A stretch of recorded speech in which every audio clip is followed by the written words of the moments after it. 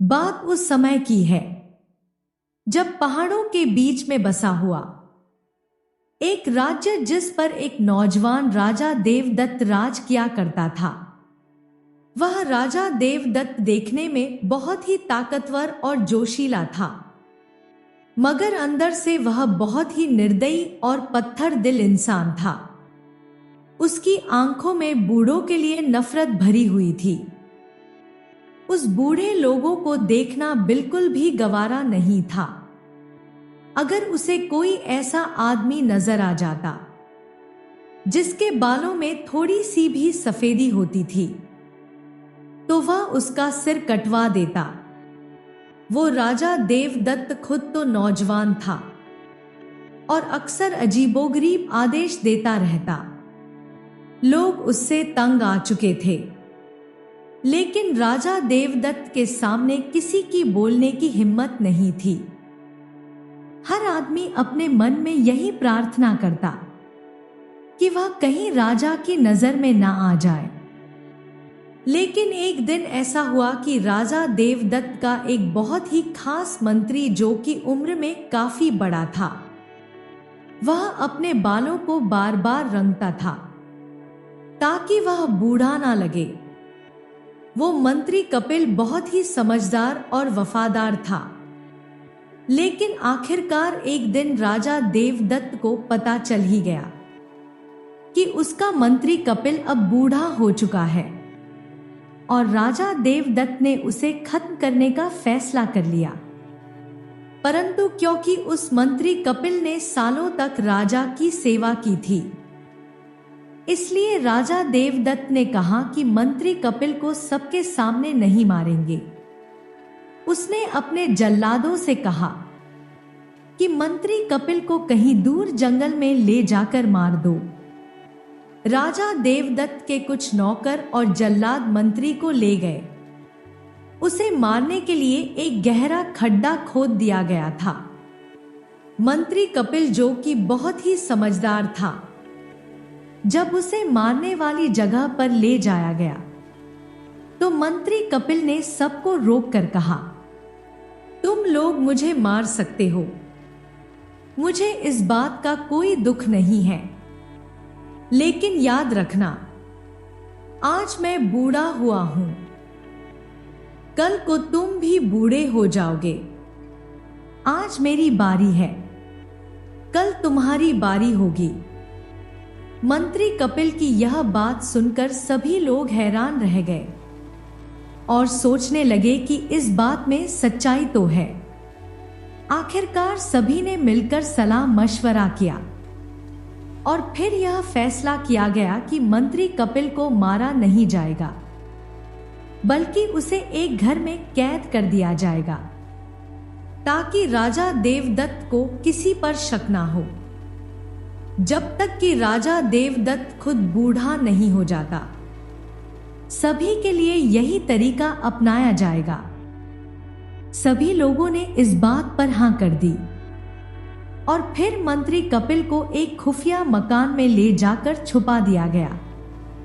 राजा देवदत्त से झूठ ही बोल दिया गया कि मंत्री कपिल जी को मार दिया गया है। राजा देवदत्त, जो कि खुद भी ज्यादा समझदार नहीं था और ना ही उसे समझदार और अनुभवी लोग पसंद थे, वह नहीं जानता था कि राजपाट की सत्ता अनुभव और समझदारी के बगैर नहीं चल सकती। कुछ समय ऐसे ही बीत गया। एक दिन की बात है, जब राजा देवदत्त सैर के इरादे से अपने महल से निकला तो उसने देखा नजदीक ही दो पहाड़ों के बीच में एक अजीब सा दृश्य था। वहां पर पहाड़ों के बीच एक बहुत बड़ी झील थी, जिसमें एक चमकता हुआ मोती नजर आ रहा था। वह मोती बहुत ही खूबसूरत था और वह रंग बदलने वाला मोती था। राजा ने जब उस मोती को देखा तो कहा, यह मोती मुझे हर हालत में चाहिए, चाहे इसके लिए मुझे कितनी भी कीमत क्यों ना चुकानी पड़े। और फिर राजा देवदत्त ने अपने राज्य के सबसे माहिर तैराकों को बुलाया। 3-4 दिन तक सभी गोताखोर झील में डुबकियां लगाते रहे। कड़ी मेहनत की गई, लेकिन वह मोती किसी के हाथ ना आया। राजा देवदत्त अब गुस्से में आ चुका था। उसने तो यह जिद पकड़ ली थी कि उसे यह मोती हर हालत में चाहिए। उसने अपने सभी दरबारियों से कह दिया कि चाहे जो भी हो जाए, मोती निकालकर उसके पास लाया जाए। राजा देवदत्त के सभी दरबारी, जो कि खुद भी नौजवान थे, उन सब ने मोती को निकालने की सभी कोशिशें करके देख ली, मगर वह सफल ना हो सके। अब वे सोच रहे थे कि क्या किया जाए। जब राजा देवदत्त को खुश करने का कोई रास्ता नहीं बचा, तो पूरे दरबार में हर तरफ बेचैनी सी फैल गई। हर किसी पर बस यही दबाव था कि जल्दी से जल्दी यह मसला हल हो जाए। अब राजा देवदत्त ने जिस बूढ़े मंत्री कपिल को मौत की सजा दी थी, उसी के बेटे को अपना मंत्री कपिल बनाकर दरबार में रख लिया था। राजा देवदत्त ने मंत्री के बेटे को बुलाया और कहा, तुम मेरे सबसे खास मंत्री कपिल हो और तुम्हें इस समस्या का कोई ना कोई हल निकालना ही होगा। अगर वह मोती मुझे ना मिला तो सारी प्रजा मुझ पर हंसेगी और लोग मुझे बेवकूफ समझेंगे। मंत्री कपिल के बेटे ने बड़ी ही नरमी से कहा, महाराज, अगर आप मेरी एक बात मान ले तो शायद वह मोती आपको मिल सकता है। राजा देवदत्त उसकी बात को सुनकर खुश हुआ और फिर अगले दिन सुबह सभी दरबारियों को वहीं पहाड़ों के बीच वाली झील पर जमा होने का आदेश दिया गया। सभी दरबारियों की नजरें अब मंत्री कपिल के बेटे पर थी। अगली सुबह नौजवान राजा देवदत्त और उसके सभी दरबारी उस जगह पर जमा हो गए। मंत्री कपिल का बेटा कुछ देर बाद पहाड़ों पर आया और बोला, महाराज, जिस जगह पर हम मोती को तलाश कर रहे हैं, असल में वह मोती वहां पर है ही नहीं। राजा देवदत्त ने हैरानी से पूछा, तो फिर कहां पर है मोती? साफ साफ बताओ। मंत्री कपिल के बेटे ने आसमान की तरफ इशारा करते हुए कहा, वह देखिए महाराज, एक खूबसूरत मोती चमक रहा है और इसी की रोशनी झील के पानी में पड़ रही है, जिसकी वजह से सबको यह भ्रम हो रहा था कि वह मोती इस झील के अंदर है। सभी लोगों ने ध्यान से देखा तो मंत्री कपिल के बेटे की बात बिल्कुल सच निकली। पहाड़ के ऊपर एक चमकता हुआ मोती मौजूद था। उसी की रोशनी पानी में पड़कर ऐसे लग रही थी जैसे वह मोती उसी झील के अंदर हो। सभी लोग हैरान थे कि इतनी मामूली सी बात किसी की समझ में क्यों नहीं आई। राजा के कुछ नौकर पहाड़ पर चढ़े और वह मोती लेकर राजा को दे दिया। राजा की इज्जत बच गई। इस बात पर सभी लोग बहुत ही खुश थे और राजा देवदत्त ने मंत्री कपिल के बेटे को ढेरों इनाम दिए। लेकिन इसके साथ ही राजा देवदत्त के मन में एक शक भी पैदा हो रहा था। वह सोचने लगा, यह लड़का तो इतना अक्लमंद नहीं है, फिर इसे यह सब बातें आखिर कौन सिखा रहा है? आखिर कौन है वह अक्लमंद आदमी जो इसे सलाह दे रहा है? राजा देवदत्त सच्चाई जानना चाहता था और फिर इसके लिए उसने एक नया तरीका निकाला। उसने अपने सभी दरबारियों की परीक्षा लेने के बारे में सोचा। कुछ दिनों के बाद राजा ने यह ऐलान करवा दिया कि अगले महीने की पूर्णमासी से पहले मुझे एक खास तरह का मुकुट बनाकर दिया जाए। शर्त यह थी कि यह मुकुट पानी और आग दोनों से बना हुआ हो। ऐसा ना हो कि वह आग में जल जाए या फिर पानी में बह जाए। और सबसे जरूरी बात यह कि उस मुकुट को पहनने वाले के सिर को ना तो आग जला सके और ना ही पानी गीला कर सके। राजा के यह शब्द सुनकर सभी दरबारी हैरान और परेशान हो गए कि भला ऐसा कैसे हो सकता है। ऐसा कोई मुकुट तो दुनिया में बना ही नहीं। लेकिन राजा देवदत्त ने सख्ती से आदेश दिया कि अगर यह शर्त पूरी ना हुई तो सभी दरबारियों को नौकरी से निकाल दिया जाएगा और उनकी जगह पर दूसरे लोगों को रख लिया जाएगा। अब तो सभी लोग सोचने लगे, लेकिन किसी के दिमाग में ऐसा कोई भी विचार नहीं आया। हर तरफ उदासी और बेचैनी फैल गई। कोई समझ नहीं पा रहा था कि आखिर यह कैसे संभव हो सकता है। हर किसी को बस यही ख्याल आ रहा था कि अब तो बचना मुश्किल है। जैसे जैसे पूर्णमासी की रात नजदीक आ रही थी तो मंत्री का बेटा प्रवीण भी बेचैन होने लगा। आखिरकार वो अपने पिता के पास गया, जिसे एक खुफिया जगह पर छुपाकर रखा गया था। वह कहने लगा, पिताजी, अब राजा ने यह कैसा इम्तिहान लिया है, बताइए मैं क्या करूं। बूढ़ा मंत्री कपिल हंसने लगा और बोला, बेटा तुम बिल्कुल भी चिंता मत करो। मैं तुम्हें एक ऐसा उपाय बताऊंगा जिससे राजा देवदत्त के भी होश उड़ जाएंगे।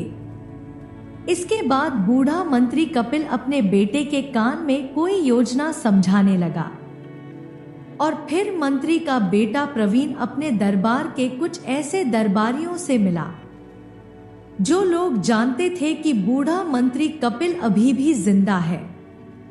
उसने सभी लोगों को बूढ़े मंत्री कपिल का दिया हुआ संदेश सुनाया और कहा, अगर सब ने साथ दिया तो हम राजा देवदत्त के इस इम्तिहान में सफल हो सकते हैं। आखिरकार वह दिन भी आ गया जिसका सबको इंतजार था। पूरा दरबार सजा हुआ था। हर किसी के चेहरे पर चिंता और हैरानी थी। सभी की नजरें दरवाजे पर टिकी हुई थी कि अब कौन सा चमत्कार होने जा रहा है। मंत्री के बेटे प्रवीण और उसके साथियों ने सारी तैयारियां पूरी कर ली थी। थोड़ी देर के बाद कुछ दरबारी आगे आए और ऊंची आवाज में कहने लगे, यहां पर मौजूद सभी लोग सुने, आज हम महाराज को एक ऐसा ताज पहनाएंगे जो आग और पानी दोनों से बना हुआ है। लेकिन इस ताज की खास बात यह है कि यह सिर्फ उन्हीं लोगों को दिखाई देता है जो कि बुद्धिमान है। मूर्ख लोग उस ताज को नहीं देख पाएंगे। यह सुनकर पूरे दरबार में सनसनी सी फैल गई। कुछ दरबारी हैरान रह गए तो कुछ ने अपना सिर झुका लिया। अब किसी को समझ में नहीं आ रहा था कि वह क्या कहे, क्योंकि हर कोई यही सोच रहा था कि अगर मैंने कहा कि मुझे ताज नहीं दिखाई दे रहा तो लोग मुझे बेवकूफ ना समझ ले। राजा देवदत्त भी हैरान था। वो नौजवान था जो प्रमिला था, लेकिन उसके पास इतना अनुभव नहीं था। दरबार में एक बड़ा सा संदूक लाया गया। सभी की नजरें इसी पर थी, लेकिन किसी को कुछ भी दिखाई नहीं दे रहा था। कुछ दरबारी आगे आए और वह अपने हाथों को ऐसे उठा रहे थे जैसे उन्होंने कोई ताज उठा रखा हो, और फिर उन्होंने वह ना दिखाई देने वाला ताज राजा के सिर पर रख दिया और जोर जोर से वाह वाह करने लगे। कहने लगे, क्या खूब ताज है, ऐसा ताज तो आज तक किसी ने नहीं देखा होगा। राजा देवदत्त भी यह सुनकर खुश था, लेकिन उसे अपने सिर पर कुछ महसूस नहीं हो रहा था। परंतु जब उसने देखा कि दरबार के सभी लोग वाह वाह कर रहे हैं, तो राजा देवदत्त भी उसे ताज समझकर खुश होने का नाटक करने लगा। दरबार में मौजूद सभी दरबारी अलग अलग तरह से उसकी तारीफें करने लगे। शाम तक यह सारा मेला लगा रहा और शाम ढलते ही राजा देवदत्त अपने महल में वापस चला गया। वह अपनी रानी से जाकर कहने लगा, रानी साहिबा, आपने अभी तक मेरा नया ताज नहीं देखा और ना ही मुझे इसके लिए बधाई दी। उसकी पत्नी हैरान होकर कहने लगी, महाराज, आपके सिर पर तो कुछ भी नहीं है, तो फिर किस बात की बधाई? यह सुनते ही राजा का रंग उड़ गया। वह मन ही मन में कहने लगा, कहीं ऐसा तो नहीं कि मेरी पत्नी बेवकूफ हो? नहीं, ऐसा नहीं हो सकता। अपनी पत्नी की बातें उसके दिल पर लग गई और उसने खुद चुपके से जाकर अपने आप को शीशे में देखा। उसका सिर बिल्कुल खाली था, ताज का तो नामो निशान भी नहीं था।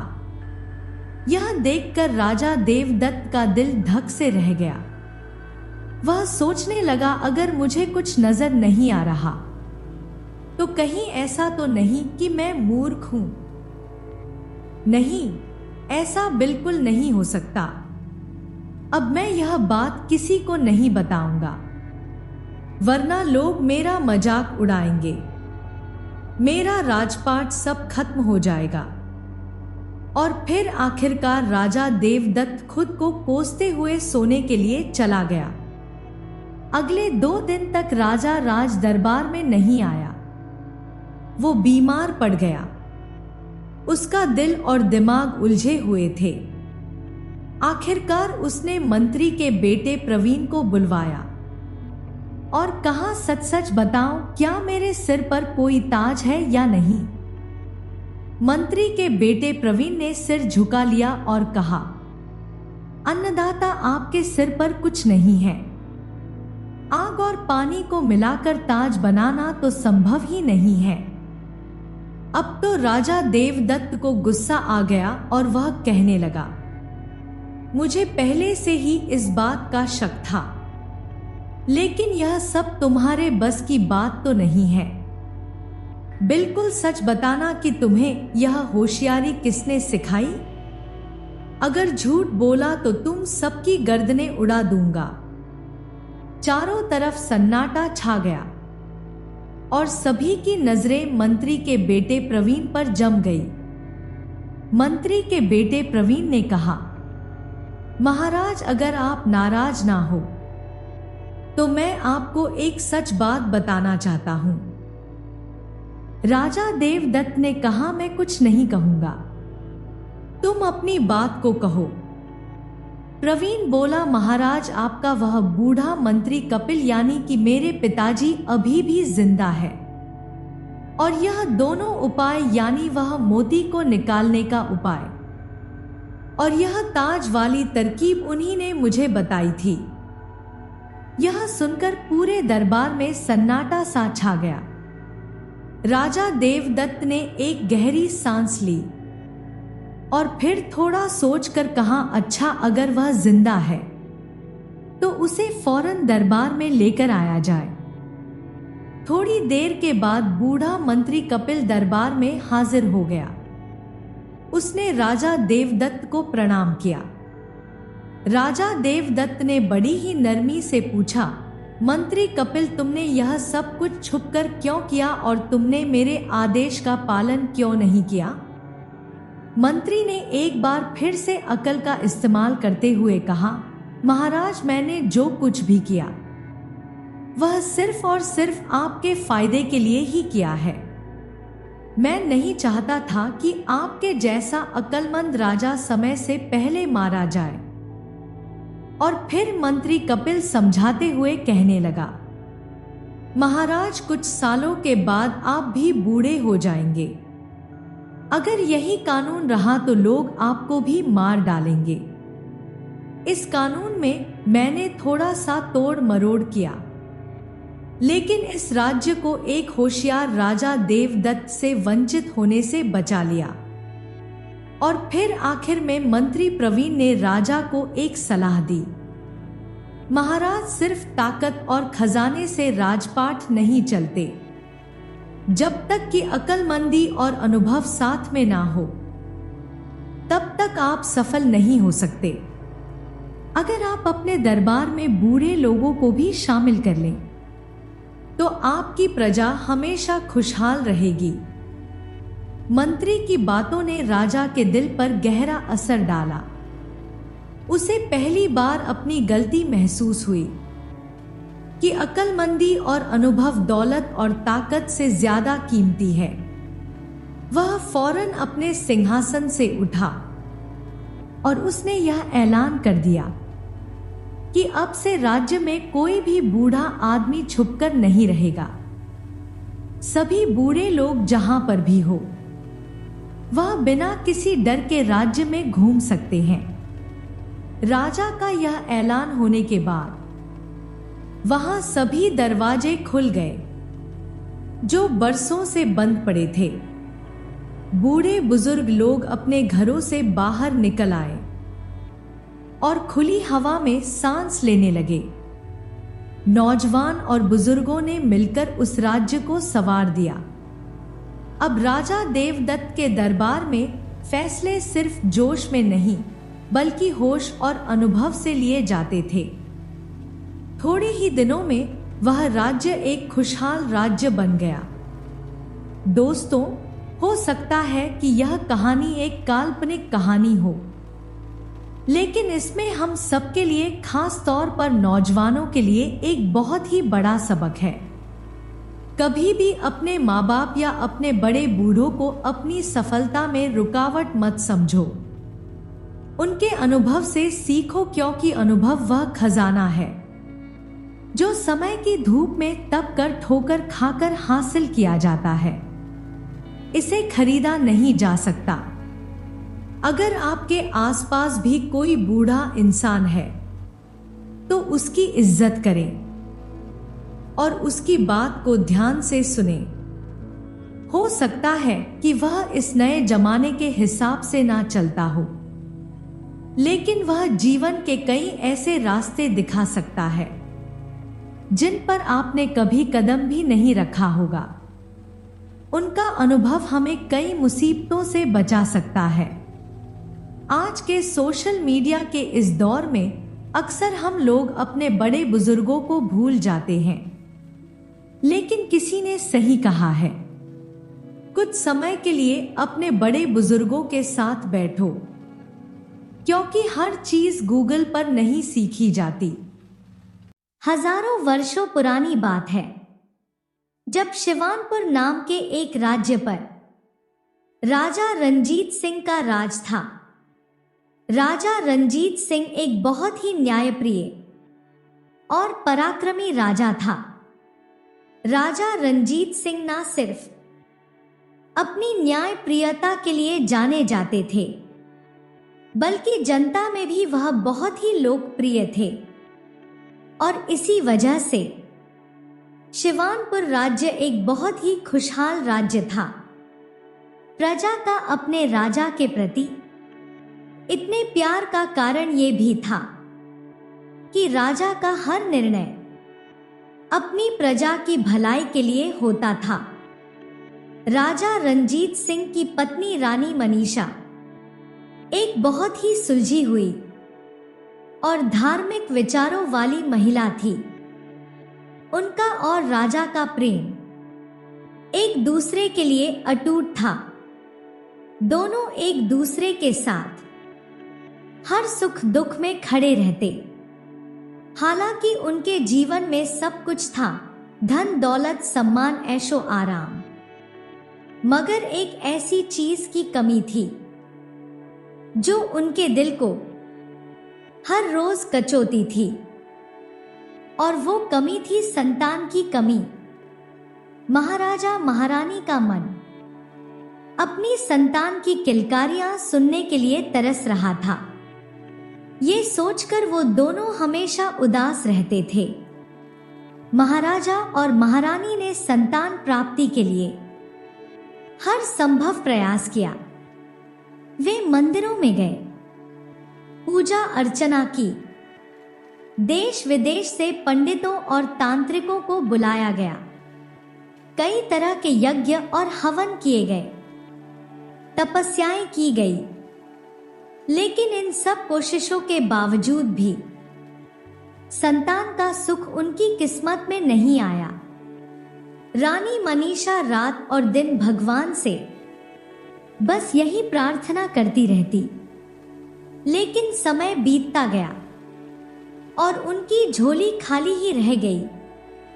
राजा रंजीत सिंह को अब ये चिंता सताने लगी थी कि उनके बाद इस राज्य का वारिस कौन होगा, कौन उनके राज्य की बागडोर को संभालेगा। एक दिन जब महाराजा और महारानी अपने महल के बगीचे में बैठे हुए थे, तभी महल में एक पंडित का आगमन हुआ। राजा को जब ये सूचना मिली तो उन्होंने पंडित का स्वागत किया और उन्हें पूरे सम्मान के साथ बिठाया। महापंडित दुर्ग अपनी कठोर तपस्या और सिद्धियों के लिए जाने जाते थे। महाराज ने उनके चरणों में सिर गिराकर अपनी सारी व्यथा सुनाई। उन्होंने कहा, महापंडित, हमारे राज्य में सभी खुश हैं, लेकिन मेरे और महारानी के जीवन में दुख के बादल छाए हुए हैं। हमने संतान प्राप्ति के लिए सभी तरह की कोशिशें कर ली, लेकिन अभी तक कोई फल नहीं मिला। तो क्या हमारे भाग्य में संतान का सुख नहीं लिखा? महापंडित ने कुछ देर तक मौन रहकर महाराज की पूरी बात सुनी और फिर अपनी आंखें बंद करके ध्यान लगाने लगे। कुछ देर के बाद उन्होंने आंखें खोली और राजा से कहा, राजन, आप घबराइए मत। भगवान ने अब तुम्हारी पुकार सुन ली है। अब समय आ गया है जब तुम्हें संतान का सुख प्राप्त होगा, परंतु इसके लिए तुम्हें एक विशेष महायज्ञ का आयोजन करना होगा। इस यज्ञ के प्रभाव से तुम्हें संतान की प्राप्ति होगी। राजा ने महापंडित की बातों को बड़े ही ध्यान से सुना और तुरंत यज्ञ की तैयारी में जुट गए। राजा ने नगर के सभी वासियों को इस महायज्ञ का हिस्सा बनने के लिए बुलावा भेज दिया और फिर इसके बाद वह यज्ञ पूरी विधि विधान के साथ पूरा किया गया। यज्ञ की अग्नि से उठता हुआ धुआं मानो आकाश तक पहुंच गया था। इसके कुछ ही महीने के बाद रानी मनीषा ने एक सुंदर और तेजस्वी पुत्री को जन्म दिया।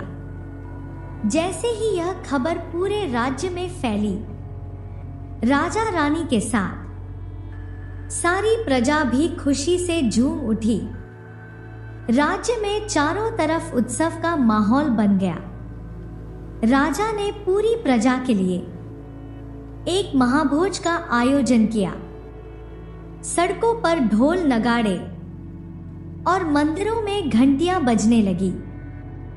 हर घर में मिठाइयां बांटी जाने लगी। पूरे राज्य ने मिलकर इस खुशी का जश्न मनाया। राजा रानी अपनी छोटी सी बिटिया को पाकर बहुत ही खुश थे।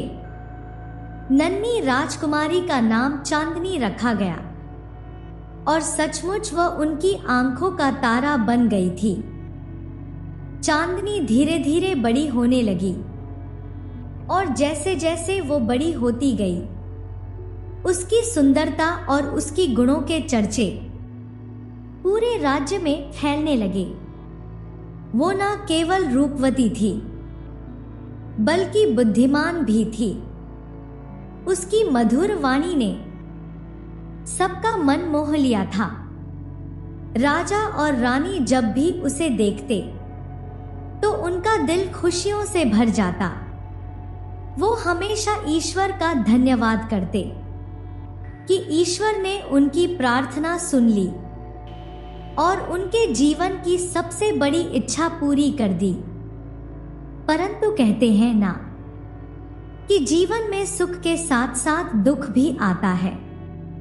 एक दिन अचानक राजकुमारी मनीषा की तबीयत खराब हो गई। पहले तो राजा रंजीत सिंह को लगा कि ये कोई साधारण सी बीमारी है, लेकिन धीरे धीरे राजकुमारी की हालत खराब होती चली गई। राजा ने राज्य के सभी बड़े बड़े वैद्यों और हकीमों को बुलवाया। राजकुमारी मनीषा का इलाज शुरू किया गया, लेकिन किसी भी दवा का उस पर कोई असर नहीं हो रहा था। दिन प्रतिदिन राजकुमारी मनीषा की हालत और भी ज्यादा बिगड़ने लगी। महाराजा महारानी को ये देखकर बहुत ही दुख हुआ और वो दोनों खुद को असहाय महसूस करने लगे। राजा को डर था कि कहीं एक बार फिर से उनके जीवन में अंधेरा ना छा जाए और वो अपनी इकलौती बेटी को खो ना बैठे। महल के सभी लोग इसी चिंता में लगे हुए थे। हर दिन एक नई दवा दी जाती, लेकिन राजकुमारी मनीषा की हालत में कोई सुधार नहीं हो रहा था। राजा रंजीत सिंह रात दिन भगवान से यही प्रार्थना करने में लगे रहते कि उनकी बेटी ठीक हो जाए। लेकिन जैसे जैसे समय बीतता गया, उनकी आशा अब धुंधली होने लगी थी। उन्हें ऐसे लगने लगा कि भगवान एक बार फिर से उनकी कठोर परीक्षा ले रहा है। एक दिन राजमहल के दरवाजे पर एक आदमी आया जो बहुत ही साधारण से कपड़े पहने हुए था। देखने में वो कोई देहाती सा मालूम पड़ता था, परंतु उसकी आंखों में एक अनोखी सी चमक थी। वो आदमी महल के दरवाजे पर खड़ा होकर जोर जोर से पहरेदार से ये गुजारिश करने लगा कि मुझे राजा रंजीत सिंह से मिलने दिया जाए। मैं उनकी बेटी को ठीक कर सकता हूं। लेकिन पहरेदार उसकी हालत देखकर उसकी हंसी उड़ाने लगे। उनमें से एक ने कहा, क्या तुमने अपनी हालत नहीं देखी? तुम तो फटीचर आदमी हो। भला तुम्हारे जैसे देहाती को राजा से मिलने की इजाजत कैसे दी जा सकती है? दूसरे पहरेदार ने भी ठेका लगाते हुए कहा, राजकुमारी को ठीक करना तो दूर, मुझे तो लगता है कि तुम्हें खुद ही इलाज की जरूरत है। लेकिन वो आदमी वहां से हटा नहीं। उसकी आंखों में अभी भी चमक थी। उसने पहरेदार से कहा कि मुझे सिर्फ एक बार राजा से मिलने दीजिए, मैं राजकुमारी को ठीक कर सकता हूं। थोड़ी देर कोशिश करने के बाद पहरेदार ने आखिरकार उसे एक मौका देने का फैसला किया।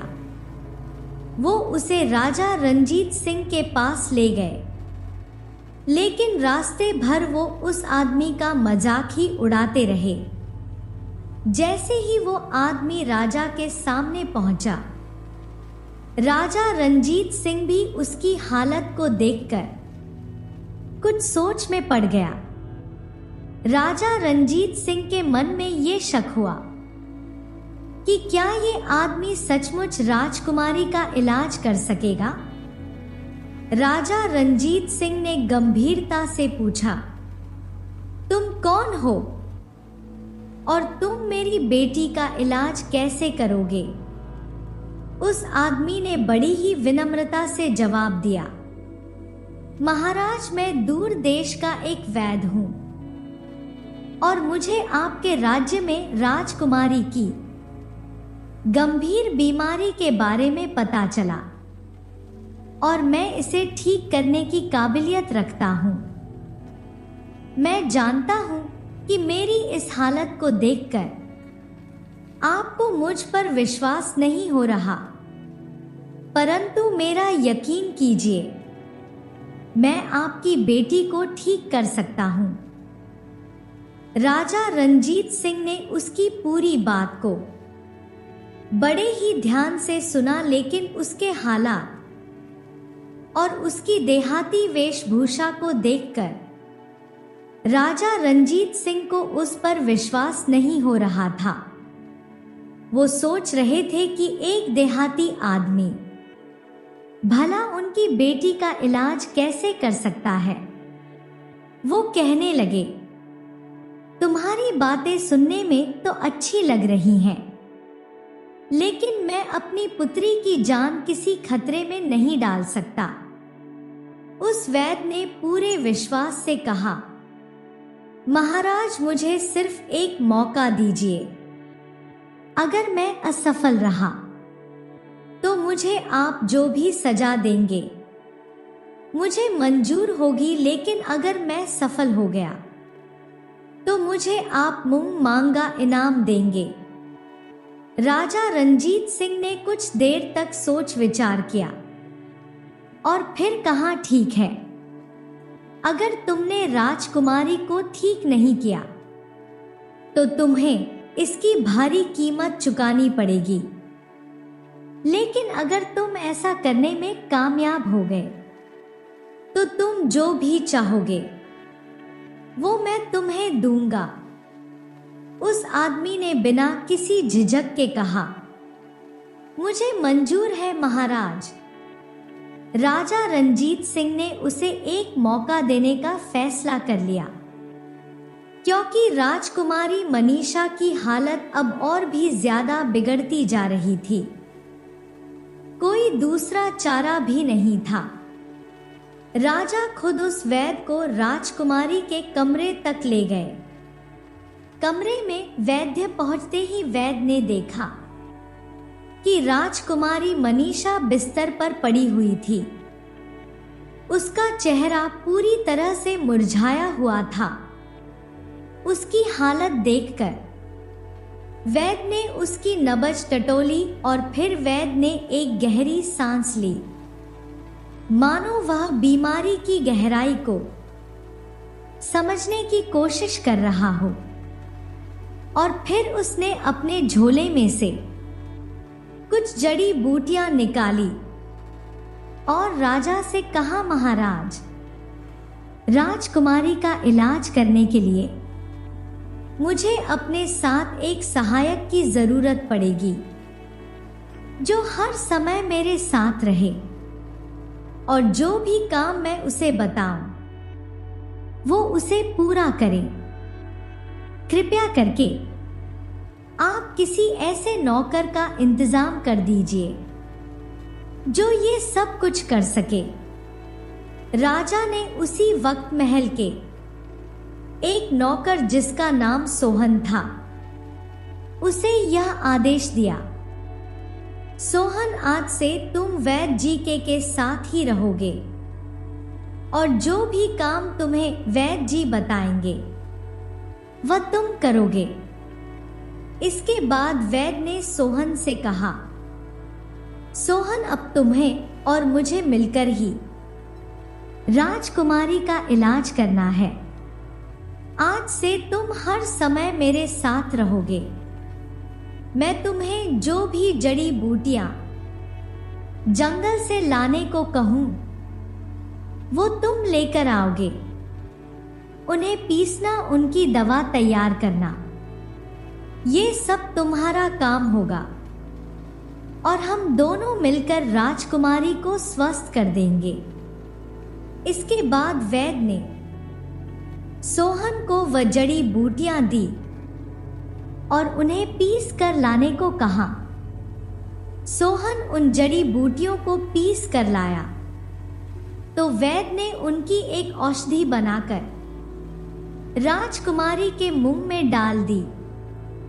वैद्य ने राजा से कहा, महाराज आप थोड़ा धीरज रखिए, यह औषधियां धीरे धीरे अपना असर दिखाएंगी। राजा और रानी दोनों बहुत ही चिंतित थे, लेकिन इस समय उनके पास वैद्य पर भरोसा करने के अलावा कोई और चारा भी नहीं था। सभी लोगों की निगाहें वैद्य पर टिकी थी। कुछ देर के बाद वैद्य ने एक बार फिर से राजकुमारी की नब्ज टटोली और फिर मुस्कुराते हुए वो कहने लगा, कुछ ही देर की बात है महाराज, राजकुमारी धीरे धीरे ठीक हो जाएंगी। राजा रंजीत सिंह को अभी भी पूरी तरह से विश्वास नहीं हो रहा था, लेकिन वैद्य के आत्मविश्वास को देखकर उनके मन में उम्मीद की एक किरण जाग रही थी। धीरे धीरे 2 महीने बीत गए। इस दौरान वैद्य ने सोहन को कई बार जंगल से जड़ी बूटियां लाने को भेजा। सोहन हर समय वैद्य की सहायता करने में लगा रहता। अब वैद्य और सोहन में बहुत ही अच्छी दोस्ती भी हो चुकी थी। वे दोनों एक दूसरे को अपना सुख दुख भी बताते थे। इधर राजकुमारी की हालत भी अब धीरे धीरे सुधरने लगी थी। उसका जो चेहरा पहले पीला पड़ गया था, धीरे धीरे फिर से गुलाबी हो रहा था। राजा, जो कि अपनी बेटी की बिगड़ी हुई हालत से निराश हो चुके थे, अब उनके चेहरे पर संतोष के भाव आ रहे थे। पूरे राज्य में ये खबर फैल चुकी थी कि राजकुमारी अब ठीक हो रही है, और ये चमत्कार उस देहाती से दिखने वाले वैद्य का था। राजा जब भी राजकुमारी के कमरे में जाते तो वहां पर वैद्य और उनके नौकर को राजकुमारी की दवाइयां बनाते हुए देखते। आखिरकार एक दिन वैद्य ने राजा से कहा, महाराज अब चिंता की कोई बात नहीं है, आपकी बेटी अब पूरी तरह से ठीक हो चुकी है।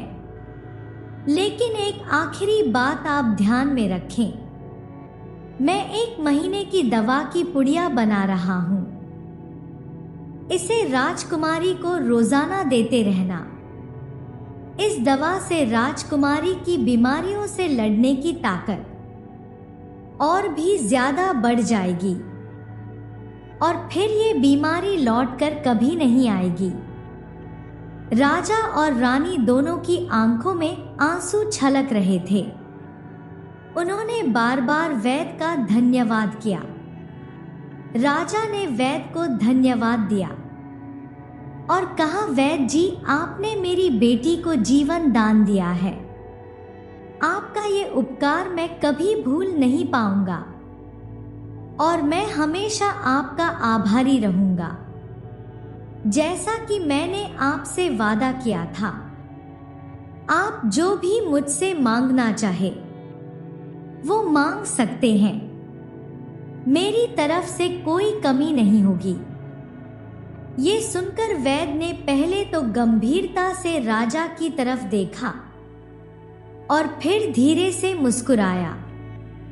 उसकी मुस्कुराहट में कुछ ऐसा था जो राजा को संदेह में डाल रहा था। वैद्य ने बड़े ही शांत भाव से कहा, महाराज, मैं आपसे एक बार फिर गुजारिश करता हूं कि आप अपनी बात पर सोच विचार कर लें, क्योंकि जो चीज मैं आपसे मांगने वाला हूं वो आपको बहुत बड़ी लग सकती है, लेकिन आप अपने वादे पर कायम रहेंगे ना। राजा, जो अब तक उसे एक साधारण वैद्य मान रहा था, उसकी बातें सुनकर वो थोड़ा चौंक गया, लेकिन उसने पूरे विश्वास से कहा, वैद्य जी, तुम्हारी सेवा और समर्पण के सामने कोई भी मांग बड़ी नहीं हो सकती। बोलो तुम्हें क्या चाहिए? वैद्य धीरे से मुस्कुराया और बोला, राजन, मुझे राजकुमारी मनीषा का हाथ चाहिए। ये सुनते ही कमरे में सन्नाटा छा गया। राजा की आंखें गुस्से से लाल हो गई। राजा कुछ पलों तक कुछ नहीं बोला, लेकिन उसके चेहरे पर गुस्से की लहरें साफ दिखाई दे रही थी। फिर अचानक उसने अपनी गरजती हुई आवाज में कहा, तुम होश में तो हो? तुम ये क्या कह रहे हो? अगर तुमने मेरी बेटी की जान ना बचाई होती तो मैं ऐसी गुस्ताखी के लिए तुम्हारा सिर धड़ से अलग कर देता। तुम मेरी बेटी का हाथ मांगने की हिम्मत कैसे कर सकते हो? वैद्य ने राजा की गुस्से भरी निगाहों की तरफ देखा, लेकिन वो अभी भी शांत रहा और बोला, महाराज, मैंने आपकी बेटी को जीवन दान दिया है। आपने जो मुझसे वादा किया था, मैं उसी हिसाब से आपसे मांग रहा हूं। अगर आप पीछे हटते हैं तो इसमें आपकी ही बेइज्जती है। राजा का धैर्य अब समाप्त हो चुका था। तुम्हारे पास सिर्फ आज रात का वक्त है। अपना सारा सामान यहां से समेट और इस राज्य से दफा हो जाओ। ये कहते हुए राजा गुस्से में पैर पटकता हुआ वहां से चला गया।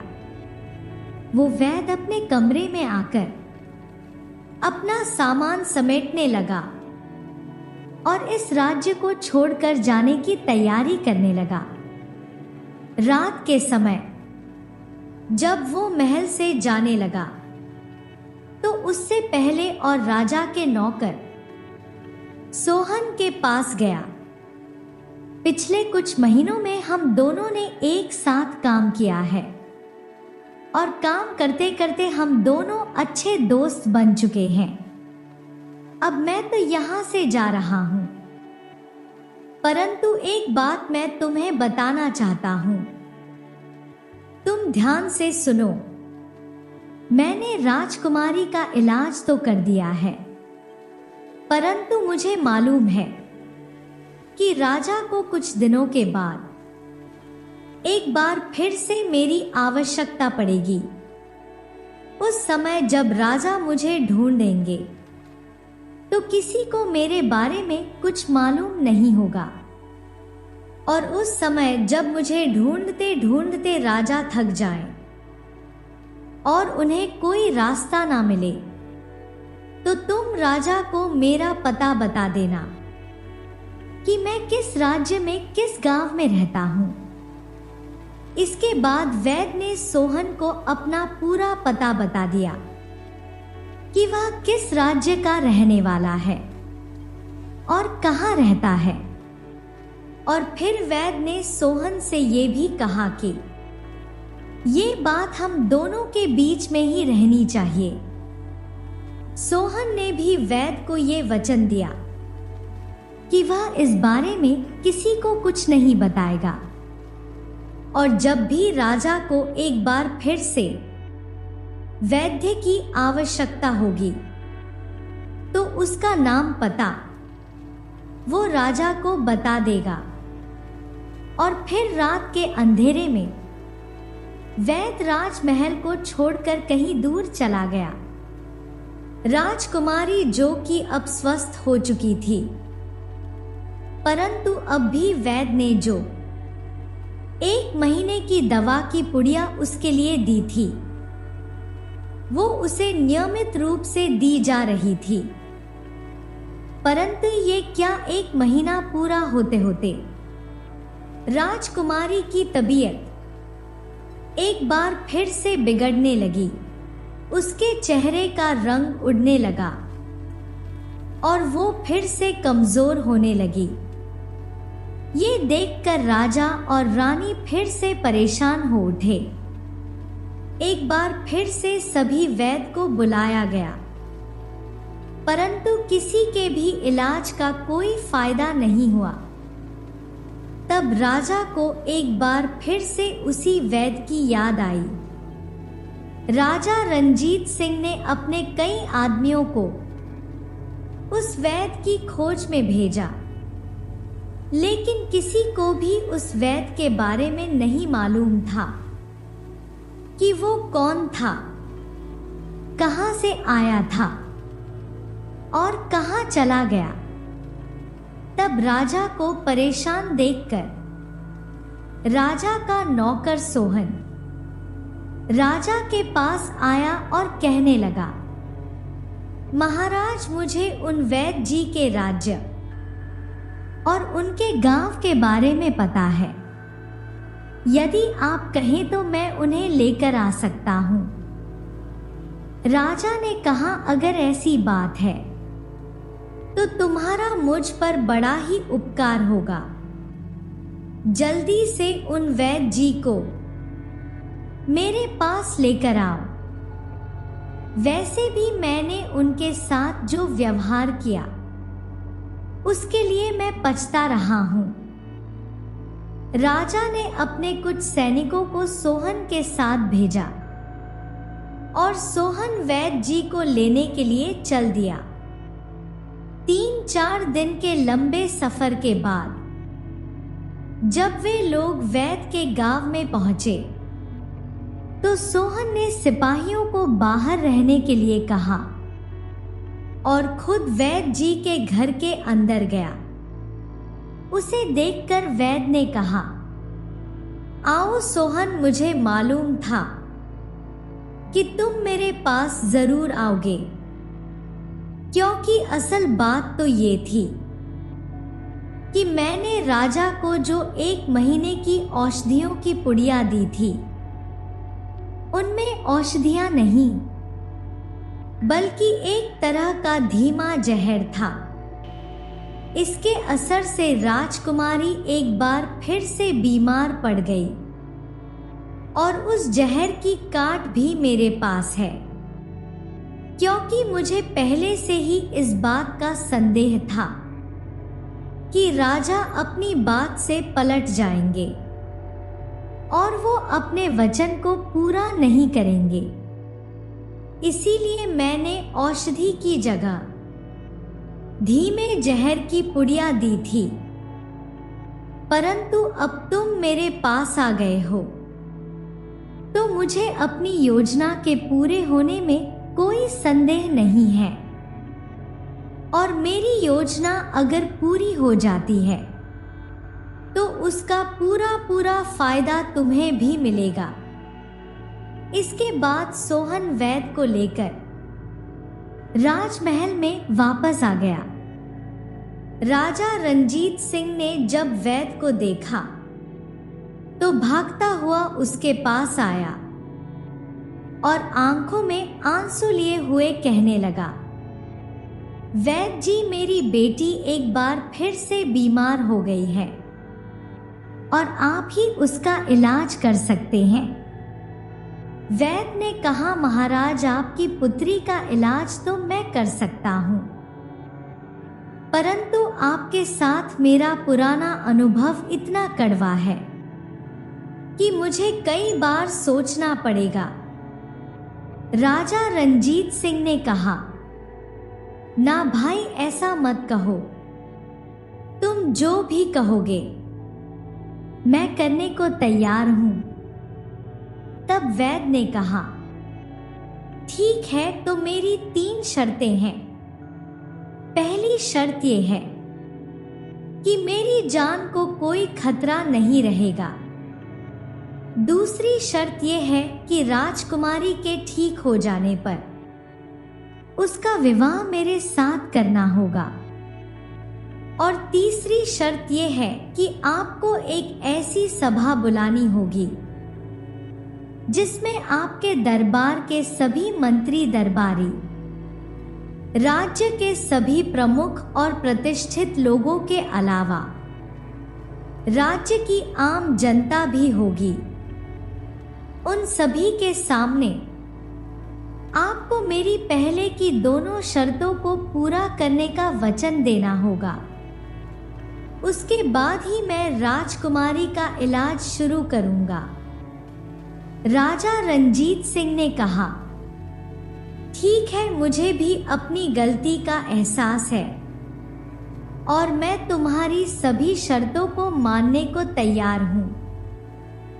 और कुछ ही घंटों में राजमहल के बाहर के मैदान में एक बहुत बड़ी सभा बुलाई गई, जिसमें राजा रणजीत सिंह और उसके मंत्रियों के अलावा शहर के सभी जनता के सामने राजा ने ये वचन दिया कि मैं राजकुमारी का विवाह इन वैद्य जी के साथ करने की प्रतिज्ञा करता हूं और साथ ही राजमहल में वैद्य जी की जान को किसी तरह का कोई खतरा नहीं होगा। और फिर वैद्य ने तुरंत ही राजकुमारी का इलाज शुरू कर दिया। असल में राजकुमारी को कोई बीमारी तो हुई ही नहीं थी, बल्कि ये तो वैद्य के द्वारा दिए गए उस धीमे जहर का असर था, जिससे राजकुमारी बीमार बढ़ गई थी। और फिर धीरे धीरे वैद्य ने अपनी औषधियों के द्वारा उस जहर का असर खत्म कर दिया। राजकुमारी एक बार फिर से अब स्वस्थ हो चुकी थी। राजा वैद्य की इस योजना से बिल्कुल अनजान था और मन ही मन अब उसे इस बात का पछतावा भी था कि उसे पहले ही वैद्य की बात को मान लेना चाहिए था। कुछ दिनों के बाद जब राजकुमारी एक बार फिर से स्वस्थ हो गई, तो राजा ने अपने वचन के अनुसार वैद्य का विवाह राजकुमारी से करवा दिया। वो वैद्य अब राजा का दामाद बन चुका था और अपने दामाद की सिफारिश पर राजा ने अपने नौकर सोहन को एक मंत्री का पद दे दिया। और इस तरह से उस चालाक वैद्य ने ऐसी योजना बनाई कि राजा को अपना वचन पूरा करने के लिए मजबूर होना पड़ा। तो दोस्तों, मुझे पूरी उम्मीद है कि आपको यह कहानी बहुत ही पसंद आई होगी। तो वीडियो को लाइक कीजिए, चैनल को सब्सक्राइब कीजिए।